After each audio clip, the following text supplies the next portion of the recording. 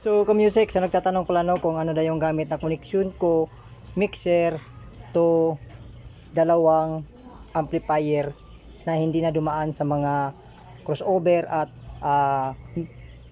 equalizer. So ito lang ginagamit kong wire mga ka-music. Ito yung connection papuntang mixer na main out.